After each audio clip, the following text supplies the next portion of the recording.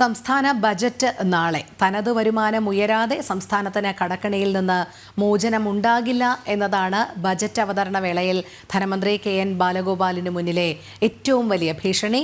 കേന്ദ്ര ഗ്രാന്റും നികുതി വിഹിതവും വായ്പയും മാത്രം ആശ്രയിക്കുന്ന സാമ്പത്തിക മാനേജ്മെന്റിൽ മാറ്റം വരുത്തി മറ്റ് വരുമാന സ്രോതസ്സുകൾ കണ്ടെത്തിയേ മതിയാകും. ഒരുപക്ഷെ സംസ്ഥാനം നേരിടുന്ന ഏറ്റവും വലിയ വെല്ലുവിളിയും അത് തന്നെയായിരിക്കും ദേവിക. കാരണം റവന്യൂ എന്ന് പറയുന്നത് യാതൊന്നുമില്ല എന്നുള്ളത്, പ്രത്യേകിച്ച് വ്യവസായ സ്ഥാപനങ്ങളില്ല. ഒരു വരുമാന സ്രോതസ് എന്നുള്ള രീതിയിൽ സംസ്ഥാനം ഇപ്പോൾ വലിയ രീതിയിലേക്ക് താഴേക്ക് പോയിക്കൊണ്ടിരിക്കുകയാണ്. അതുകൊണ്ട് തന്നെ ആവശ്യങ്ങൾ നിറവേറ്റുന്നതിനായി ഏതു രീതിയിൽ ധനസമ്പാദനം എന്നുള്ളതാണ് കുഴയ്ക്കുന്ന ഒരു ചോദ്യം. അതിനായി ഇങ്ങനെ നിരന്തരം കടമെടുക്കുക, കേന്ദ്രത്തിനോട് ചോദിക്കുക, ഇതല്ലാതെ സാമ്പത്തിക വിദഗ്ധരടക്കം ചൂണ്ടിക്കാട്ടുന്നുണ്ട് സംസ്ഥാനത്തിനുള്ളിൽ നിന്നൊരു വരുമാനം എങ്ങനെയാണ് കെട്ടിപ്പടുക്കേണ്ടത് എന്നുള്ളത്. പക്ഷേ അക്കാര്യത്തിൽ ഇപ്പോഴും സംസ്ഥാന സർക്കാർ ഒരു പരാജയമായി തന്നെ നിലനിൽക്കുകയാണ്. പക്ഷേ ധൂർത്തിന് ഒരു കുറവും കാണുന്നുമില്ല. എന്തായാലും നാളെ സംസ്ഥാന ബജറ്റ് വരുമ്പോൾ നമ്മളോടൊപ്പം ടിൻഡു ദാസ് കൂടി ചേരുന്നുണ്ട്. ടിൻഡു, നാളെ സംസ്ഥാന ബജറ്റാണ്, എങ്ങനെ നോക്കിക്കാണാം?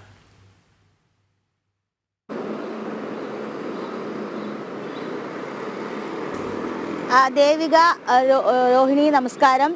നമുക്കറിയാം സംസ്ഥാന സർക്കാരിൻ്റെ പക്കൽ ഇനി 1.5 വർഷം മാത്രമാണ് ബാക്കിയുള്ളത്. രണ്ടാം പിണറായി സർക്കാരിൻ്റെ ഒരു ബജറ്റ് അവതരണം അത് ജനക്ഷേമമായിരിക്കുമോ എന്നാണ് നമ്മൾ ഇനി കാത്തിരിക്കേണ്ടത്. ഇനി ഏതാണ്ട് 1.5 വർഷമുണ്ട് എന്ന് പറയുമ്പോൾ അതിലേക്ക് തെരഞ്ഞെടുപ്പൊക്കെ വരുന്നുണ്ട്. അപ്പോൾ സർക്കാരിൻ്റെ കയ്യിൽ ഇനി ഏതാണ്ട് 10 മാസമേ ഉള്ളൂ. ഈ 10 മാസത്തിനുള്ളിൽ ജനങ്ങൾക്ക് പ്രയോജനപ്പെടുന്ന എന്തെങ്കിലും കാര്യം നടക്കുമോ എന്ന് കൂടിയാണ് അറിയേണ്ടത്. നമുക്കറിയാം 24,000 കോടി രൂപയുടെ വികസന പാക്കേജ് ആയിരുന്നു സംസ്ഥാനം കേന്ദ്രത്തോട് ആവശ്യപ്പെട്ടത്. പക്ഷേ കേന്ദ്രം തദ്ദേശ സ്ഥാപനങ്ങൾക്കും ടൂറിസം മേഖലയിലൊക്കെ മുൻതൂക്കം കൊടുത്തുകൊണ്ടാണ്, ഒരുപക്ഷെ കേരളം പോലുള്ള സംസ്ഥാനങ്ങൾക്ക് മുൻതൂക്കം കൊടുത്തുകൊണ്ടാണ് ഇത്തവണ ബജറ്റ് അത് അവതരിപ്പിച്ചത്. വിനോദസഞ്ചാര മേഖലയിലെ മുദ്രാ ലോൺ വർദ്ധിപ്പിച്ചത് നമുക്കറിയാം. കേരളത്തിലെ ഏറ്റവും കൂടുതൽ വിനോദസഞ്ചാര മേഖലയിൽ ഈ ഹോം ലോണുകൾ എടുത്തുകൊണ്ട്, അല്ലെങ്കിൽ ഹോം ലോൺ എടുത്തുകൊണ്ട് ഹോം സ്റ്റേകൾക്ക് ലോൺ എടുത്തുകൊണ്ട് ഹോം സ്റ്റേകൾ പ്രൊമോട്ട് ചെയ്യുന്ന സംസ്ഥാനം കൂടിയാണ് കേരളം. അപ്പോൾ വിനോദസഞ്ചാര മേഖലയിൽ കൂടുതൽ ഒരു മുതൽക്കൂട്ടെന്ന നിലയിലാണ് കേന്ദ്രം ഹോം സ്റ്റേകൾക്കുള്ള മുദ്രാ ലോൺ വർദ്ധിപ്പിച്ചത്. അതോടൊപ്പം തന്നെ ആരോഗ്യ ഇൻഷുറൻസിൽ 100% വിദേശ നിക്ഷേപം, അതോടൊപ്പം തന്നെ മറ്റ് വിനോദസഞ്ചാര മേഖലയിലെ വികസന പ്രവർത്തനങ്ങൾ, തദ്ദേശ സ്വയംഭരണ സ്ഥാപനങ്ങൾക്ക് ഏതാണ്ട് 1 ലക്ഷം കോടി രൂപയുടെ വികസന പ്രഖ്യാപനങ്ങൾ. അപ്പോൾ ഇതിലൊക്കെ ഊന്നിക്കൊണ്ട് കേന്ദ്ര സർക്കാരിൻ്റെ ഈ വികസന നയങ്ങളെ ഊന്നിക്കൊണ്ടുള്ളൊരു ബജറ്റ് ആയിരിക്കുമോ എന്നാണ് നമ്മൾ പ്രതീക്ഷിക്കേണ്ടത്. 24,000 കോടി രൂപയുടെ വികസന പാക്കേജ് എന്നൊക്കെ കേരളം പറയുന്നുണ്ടെങ്കിലും കേരളത്തെ സംബന്ധിച്ചിടത്തോളം എന്താണ് ഈ നാളെ പ്രഖ്യാപിക്കുന്ന ബജറ്റിൽ വരാനിരിക്കുന്നതാണ് കാണുന്നത്. കഴിഞ്ഞ വർഷം ഏതാണ്ട് 1,600 കോടിയോളം രൂപ വിനോദസഞ്ചാര മേഖലയിലെ വികസന പ്രവർത്തനങ്ങൾക്ക് വേണ്ടിയിട്ട് സംസ്ഥാന സർക്കാർ പ്രഖ്യാപിച്ചിരുന്നു. പക്ഷേ അതൊക്കെ ഏത് ഘട്ടം വരെ ഉപയോഗിച്ചു എന്നതൊക്കെ നമ്മൾ കഴിഞ്ഞ ദിവസങ്ങളിലൊക്കെ വാർത്ത കൊടുത്തതാണ്. പിന്നീടുള്ളത് പുനർഗേഹം പദ്ധതി, അതോടൊപ്പം തന്നെ KSRTCയിലെ വികസന പ്രവർത്തനങ്ങൾ, ക്ഷേമ പെൻഷൻ, അതോടൊപ്പം തന്നെ അടിസ്ഥാന നികുതിയിലെ വർധനവ്, ഇതൊക്കെയാണ് ഒരുപക്ഷെ ജനങ്ങൾ കാത്തിരിക്കുന്നത്. അടിസ്ഥാന നികുതിയിലെ വർധനവില്ലാതെ മുന്നോട്ട് പോകാൻ സാധിക്കില്ല എന്ന് ധനമന്ത്രി തന്നെ കഴിഞ്ഞ ദിവസം വ്യക്തമാക്കിയിരുന്നു. കാരണം മാറി വരുന്ന കാലങ്ങൾ അനുസരിച്ചുകൊണ്ട് എല്ലാ സർക്കാരുകളും അടിസ്ഥാന നികുതിയിൽ മാറ്റം വരുത്തിയിട്ടുണ്ട്. ആ അടിസ്ഥാന നികുതിയിലുള്ള മാറ്റമാണ് നിത്യച്ചെലവുകൾക്ക് പോലും പണം കണ്ടെത്തേണ്ടതായിട്ടുള്ള സാഹചര്യം വരുന്നതാണ് മന്ത്രി വ്യക്തമാക്കിയിട്ടുള്ളത്. അപ്പോൾ ഈ അടിസ്ഥാന നികുതിയിലെ മാറ്റം വരുന്നത് അത് പൊതുജനങ്ങളെ വലിയ രീതിയിൽ തന്നെ ബാധിക്കും. നമുക്കറിയാം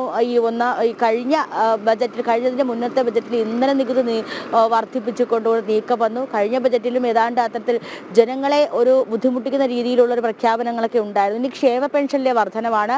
നിലവിൽ ക്ഷേമ പെൻഷന്റെ വർധനവിനെ പറ്റി ആലോചിക്കുന്നുണ്ടെങ്കിലും നിലവിലെ സാമ്പത്തിക സ്ഥിതിയിൽ അത്തരത്തിലൊരു വർധനവ് കൊണ്ടുവരാൻ സാധിക്കില്ല എന്ന് മന്ത്രി വ്യക്തമാക്കുന്നുണ്ട്. പിന്നീടുള്ളത് വിഴിഞ്ഞവും വയനാടുമാണ്.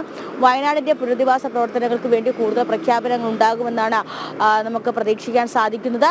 ഈ വയനാട് ടൗൺഷിപ്പുമായി ബന്ധപ്പെട്ടൊക്കെ നേരത്തെയൊക്കെ വലിയ രീതിയിലുള്ള തുകയൊക്കെ പ്രഖ്യാപിച്ചു. അതിനുശേഷം വീണ്ടും ഇപ്പോൾ ബജറ്റിലും വയനാടിന് ഒരു പരിഗണന ഉണ്ടാവുമെന്ന് വിചാരിക്കുന്നു. വിഴിഞ്ഞം എന്ന് പറയുന്നത് സംസ്ഥാനത്തെ സംബന്ധിച്ചിടത്തോളം ഒരു ഗെയിം ചേഞ്ചറാണ്.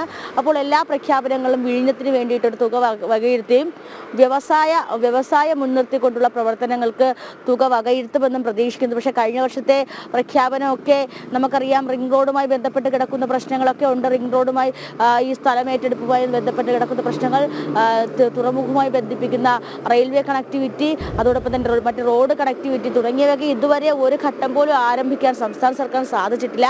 അപ്പോഴും പറയുന്നത് വിഴിഞ്ഞത്തിന് വേണ്ടിയിട്ട് അധിക തുക സർക്കാർ പ്രഖ്യാപിക്കുമെന്നാണ്. പിന്നീടുള്ളത് ഈ KSRTCയിലെ പ്രശ്നങ്ങളാണ്. അതോടൊപ്പം തന്നെ മറ്റ് കിഫ്ബിയുമായി ബന്ധപ്പെട്ട് നിൽക്കുന്ന പ്രശ്നങ്ങളുണ്ട്. കടമെടുപ്പ് പരിധിയുമായി ബന്ധപ്പെട്ട് നിൽക്കുന്ന പ്രശ്നങ്ങളുണ്ട്.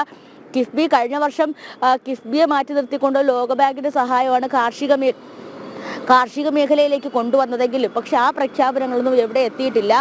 കിഫ്ബി മാറ്റി നിർത്തിക്കൊണ്ട് ലോകബാങ്കിൽ നിന്ന് കടമെടുത്തുകൊണ്ട് കാർഷിക മേഖലയിൽ വികസന പ്രവർത്തനങ്ങൾ ഉണ്ടാക്കുമെന്നൊരു പ്രഖ്യാപനം. പക്ഷേ കാർഷിക മേഖലയിലെ പ്രശ്നങ്ങളൊക്കെ നമുക്കറിയാം. നെല്ലുൽപാദനവുമായി ബന്ധപ്പെട്ടും നെല്ല് സംഭരണവുമായി ബന്ധപ്പെട്ടും ഒക്കെയുള്ള ഒരുപാട് പ്രശ്നങ്ങൾ ഇപ്പോഴും നിലനിൽക്കുന്നുണ്ട്. പിന്നീടുള്ളത് റബ്ബറിന്റെ താങ്ങുവിലയാണ്.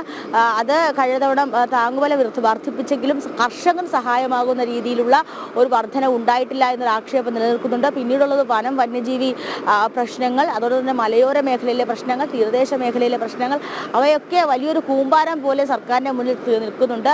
ഈ മലയോര മേഖലയിലെ പ്രശ്നങ്ങൾ എന്ന് പറയുമ്പോൾ നമുക്കറിയാം കഴിഞ്ഞ കാലങ്ങളിലായിട്ട് വന്നിട്ടുള്ള വന്യജീവി ആക്രമണങ്ങൾ, അതുകൊണ്ട് സഹായങ്ങൾ അല്ലെങ്കിൽ ആ മേഖലയിൽ വരേണ്ടിട്ടുള്ള വികസന പ്രവർത്തനങ്ങളൊന്നും സർക്കാരിന്റെ ഭാഗത്തു നിന്നും ശരിയായിട്ട് നടപ്പിലാക്കാൻ സാധിക്കില്ല. അപ്പോൾ സർക്കാർ ഒരു പുതിയ പദ്ധതിയൊക്കെ പ്രഖ്യാപിച്ചിട്ട് FFW എന്ന പദ്ധതിയൊക്കെ പ്രഖ്യാപിച്ചെങ്കിലും അതിന്റെ നടത്തിപ്പ് പോലും നടപ്പിലാക്കാൻ സാധിച്ചിട്ടില്ല, അല്ലെങ്കിൽ ഒരു സർവേ നടപ്പിലാക്കാൻ സാധിച്ചിട്ടില്ല. അപ്പോൾ ആ പ്രശ്നങ്ങളൊക്കെ ഉണ്ട്. അപ്പോൾ മലയോര മേഖലയിലെ ജനങ്ങളെ എങ്ങനെ ചേർത്ത് പിടിക്കുന്നു എന്ന് നമുക്ക് ഈ ബജറ്റിൽ കണ്ടറിയണം. അതോടൊപ്പം പിന്നെ തീരദേശ മേഖലയിലെ പ്രശ്നങ്ങളാണ്. തീരദേശ മേഖലയിലെ പ്രശ്നങ്ങൾ നമുക്കറിയാം പുനർഗേഹവും അതുമായി ബന്ധപ്പെട്ട് വരുന്ന പുനരധിവാസ പദ്ധതികളും. കഴിഞ്ഞ വർഷം 40 കോടി രൂപ ഈ പുനർഗേഹം പദ്ധതിക്ക് വേണ്ടി ചെലവാക്കിയെങ്കിലും വകയിരുത്തിയെങ്കിലും 27 കോടി രൂപ ഇപ്പോഴും ഈ പദ്ധതി പ്രകാരം ചെലവാക്കാനുണ്ട്. അതോടൊപ്പം തന്നെ ഈ പുനരധിവാസി അല്ലെങ്കിൽ മത്സ്യത്തൊഴിലാളികൾക്ക് ഫ്ലാറ്റ്, അതോടൊപ്പം തന്നെ വീടൊക്കെ നൽകിയതൊക്കെ എണ്ണമൊക്കെ വളരെ കുറവാണ്. തിരുവനന്തപുരം ജില്ലയിൽ തന്നെ ഏറ്റവും കൂടുതൽ ഒരു വൾണറബിൾ ആയിട്ടുള്ള അല്ലെങ്കിൽ ഏറ്റവും കൂടുതൽ മോശമായിട്ടുള്ള സിറ്റുവേഷൻ അനുഭവിക്കുന്നത് തിരുവനന്തപുരം ജില്ലയിലെ മത്സ്യത്തൊഴിലാളികളാണ്. അവരെ പോലും 777 പേരെ മാത്രമേ സർക്കാരിന് പുനരധിവസിപ്പിക്കാൻ സാധിക്കുകയുള്ളൂ. അപ്പോൾ അങ്ങനത്തെ കുറേ പോരായ്മകളൊക്കെ ഇത്തവണത്തെ ബജറ്റിലുണ്ട്. പക്ഷേ ഞാൻ നേരെ സൂചിപ്പിച്ചതുപോലെ ഇനിയൊരു 10 മാസം കൂടിയുള്ളൂ. അപ്പോൾ തിരഞ്ഞെടുപ്പ് മുന്നിൽ കണ്ടുകൊണ്ട് ജനങ്ങളെ കണ്ണിൽ പൊടിയിടാൻ വേണ്ടിയിട്ട് എന്ത് പ്രഖ്യാപനം ഉണ്ടാകുമെന്നാണ് നമുക്ക് ഈ ഘട്ടത്തിൽ കാത്തിരിക്കേണ്ടത്. രോഹിണി. അതെ, തീർച്ചയായും ടിൻറ്റു പറഞ്ഞതുപോലെ തന്നെയാണ് സംസ്ഥാനം ഏറ്റവും വലിയ സാമ്പത്തിക പ്രതിസന്ധിയിലൂടെയാണ് നീങ്ങിക്കൊണ്ടിരിക്കുന്നത്. കടമെടുത്ത് പെൻഷൻ നൽകേണ്ട സാഹചര്യമാണ്. എന്തായാലും ഏത് രീതിയിലുള്ള ബജറ്റായിരിക്കും നാളെ എന്നുള്ളത് നോക്കിക്കാണേണ്ട കാര്യം തന്നെയാണ്.